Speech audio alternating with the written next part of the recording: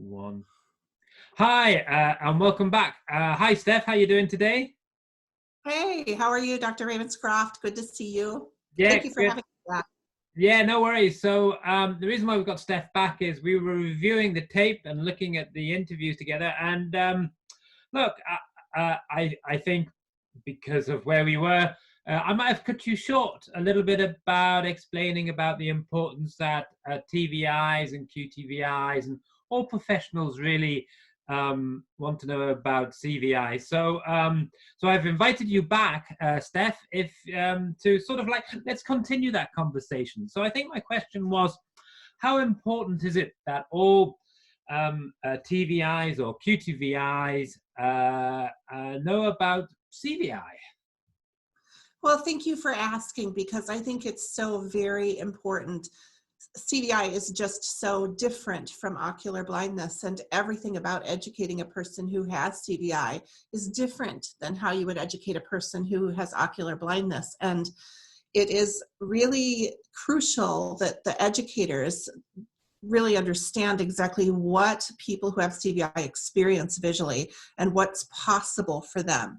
Because when you know that a child is able to do something doesn't necessarily mean that it's comfortable for them to do it for any extended amount of time, or that it's the best way that they could do something. For example, my son Sebastian, he reads at probably an unmeasurable level of success. I mean, he's just got incredible visual verbal abilities, and yet he would switch to Braille in a heartbeat if he could have a chance to do that, because reading is actually visually fatiguing for him and it's uncomfortable.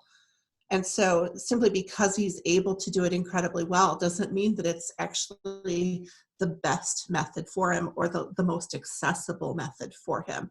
And I think that children who have CVI should be given a choice. If you have a child who has CVI and yet you see that they're able to read, that's great. I mean, it's certainly helpful to have that skill when you're out and about in the world and you can read the street signs and you can read store signs. But for day-to-day living, as far as like your ability to read homework assignments, to read novels for pleasure, you know, that's part of life that's important. And to be able to do that through Braille as to save your eyesight so that the vision that you have can be used for the strenuous act of actually living and socializing with people, and letting a child be able to use what little vision they have on the playground to make friends. There's no Braille for playing with friends. There's no other option for children who, you know, want to interact with other people throughout the day and have some use whatever little vision they have to figure out who's who. But there is a different option for reading. And so if a child chooses that that method is better for them and is more comfortable for them, I think the children who have CVI should have that choice. And that's just one thing. Yeah, I mean, it's so good to hear that. I mean, we certainly teach in our courses that high functioning CVI children, no reason whatsoever, if they're able to learn Braille, get them to learn Braille. Absolutely. And that really adds to that. You know, I know it's the same within the US and it's the same in the UK. And I think it's the same all over. You know, is Braille under threat? Well, I think it is. You know, I think technology is and iPads and computers and accessibility, which is great. Don't get me wrong. I'm a leader in that stuff myself. But, you know, what we need to do is make sure that the choice of medium, such as Braille, if they want to learn Braille or Braille is best, you know, that should be done. And so it's so Well, and great. I'd like to address that really quick too about how it's under threat, because yes, speech to text, text to speech, all of that is really important. But I think it's really important to realize that people with ocular blindness and ocular vision impairments may find speech to text and text to speech more usable and accessible than people who have CVI. Because it's my opinion, and I don't have any research to back this up, but Sebastian also has an auditory processing disorder that's quite severe, and he is unable to use text to speech. He can't use it. And I think that thinking that just because that's available and it works for some people who have vision impairments, that then Braille is no longer necessary because some people find text to speech that works for them doesn't mean that every child who has CVI, or even most of children who have CVI, will find that tool to be most accessible. And I think there needs to be some thought about how children with CVI are able to process auditorily as well, and to think about that, whether they can really use that tool and what is the best medium for them. Yeah, great point. Great point. Is there anything else around what professionals should think about in terms of CVI that you want to make? Well, I think that was my biggest one. But I think another really big one for me is this idea that children can learn to see if they just try harder. That it's like an intellectual, if they were just smarter, they could see. And if they Not being just lazy. tried harder, they could see. And I hear that quite a lot. Really? Oh my goodness. You know, it's caused by brain damage. And I think if there was absolutely any evidence anywhere in the world that trying harder would cure brain damage, Yeah, we would know. right, we'd be rich. Yeah, right? And I feel there's this immense, I don't even have the word for it, but this arrogance that these children are just lazy. And when you see these visual behaviors that, yeah, they can see things when they want to. No, children who have CVI can see when they're able to. And that is really an important distinction that CVIs need to know. And it's not laziness when they can't see the things that you want them to see. It's because they can only see the things that they're able to see, and they can only see them when they're able to see it. That's right. And that variability of vision is really needs to be really understood. You know, it's not that they're being difficult or being lazy or not trying. You know, it's that variability that changes. You know, it may be that it is a lot of visual clutter. It may not be. It might be, as we discussed in the earlier interview, about whether it's outside or not outside. You know, it's just vision is variable. You know, and we have to understand that. And so, yeah, maybe one day the child can see this, but maybe today the child can't. It's not because they're not trying, right? They're not able to see it. So I totally agree with that stuff. Absolutely. Thank you. Thank you. Yeah. So the other thing I wanted to just to catch up on is perhaps we jumped a little bit too fast yesterday about getting to Gordon and getting to see Sylvie in Paris there. I felt there was a step missing. So was there a step missing?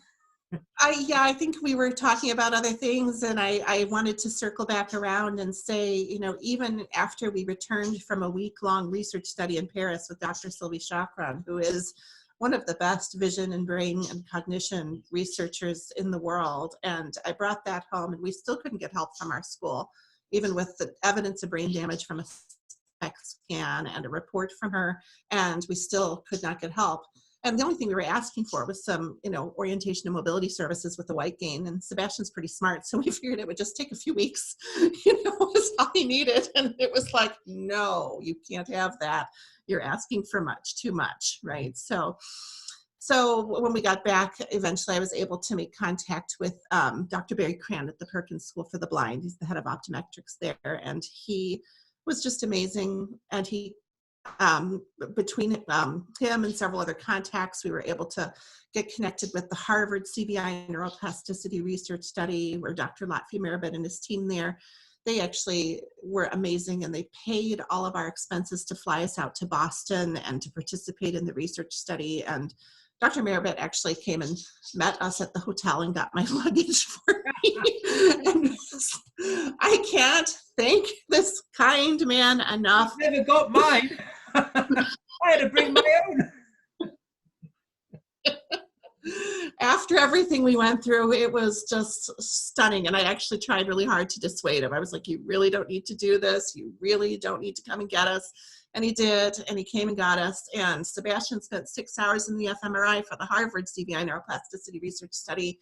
where they documented his verbal visual processing there. And he is the only person in the world known to process his vision verbally. He quite literally sees with words, just like a bat sees with sound. And he can literally choose to see or not see with his eyes wide open. And in the fMRI, they captured that. So Sebastian's visual cortex lights up when Yeah. when he thinks words. And even with his eyes open, if he's not thinking words to himself, he's actually completely blind and has no conscious perception of sight. And so he can choose to see or not see with his eyes open. And we have that documented thanks to the work of Dr. Lotfi Marabet and his team there, Dr. Krina Bauer, Dr. Chris Bennett, and Andy Ellison, and Emma Balin. Amazing people. Yeah, great. And by coincidence, because we didn't know each other beforehand, I've already talked to Karina. I know Karina well, and we do some work together. And so all about what goes on in her lab there, and Lotfi's lab is the subject of another interview, which should be released fairly soon. So brilliant. How it all connects. It's great. Thank you. I'm just so grateful that you're going to interview Dr. Bauer. She's amazing and was so kind to our family. So we're just so grateful. Great. Good. Excellent. So so from the lab, from the study, and you went to see Barry as well, who I've also interviewed. What else happened then? Did you get back in touch with is it guide dogs, or what we call them guide dogs? So what was the process after you went to the lab? Yes. So after we saw Barry just a few days before, we saw Dr. Marabet, and Dr. Cran gave us a 25-page fabulous report on Sebastian's vision and his visual processing and everything that, the supports that he needed, and it was wonderful. And because we had that from Dr. Cran, then we were able to finally get some help from Sebastian through the Leader Dogs for the Blind program. And they were phenomenal. And they flew him out, all expenses paid, for a week in Michigan, and worked with him on orientation and mobility. They actually worked with him with the blindfold, because Sebastian actually does go completely blind when his visual fatigue is really bad. And that can happen when he's just too exhausted or sick, or if he gets overheated. He loses all ability to see, and that's life-threatening. And so they were phenomenal, and they worked with him with the blindfold and with the white cane. And as I said before, Sebastian actually doesn't really need his white cane very often. He keeps it in his backpack and just saves it for the day when, he's out in the world and he gets overheated or he becomes ill. And just that life-saving tool to have that with him in case he needs it while he's out by himself. He has it. And that's just a huge comfort to me and to him, that he has that in case he can get himself to safety if he needs to. And that's just huge. Yeah, that is huge.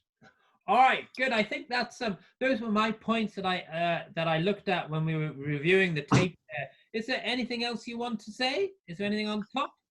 I just want to say thank you. I just feel so incredibly blessed to be able to be helping to share information about CVI. And I think the more that people learn about it, the less frightening and mysterious it all is. It's really fascinating. And I think that it's exciting to be in the field of visual neuroplasticity and CVI. It's exciting because there's so much to learn, and there's so many things that can be done to help people that really aren't that hard.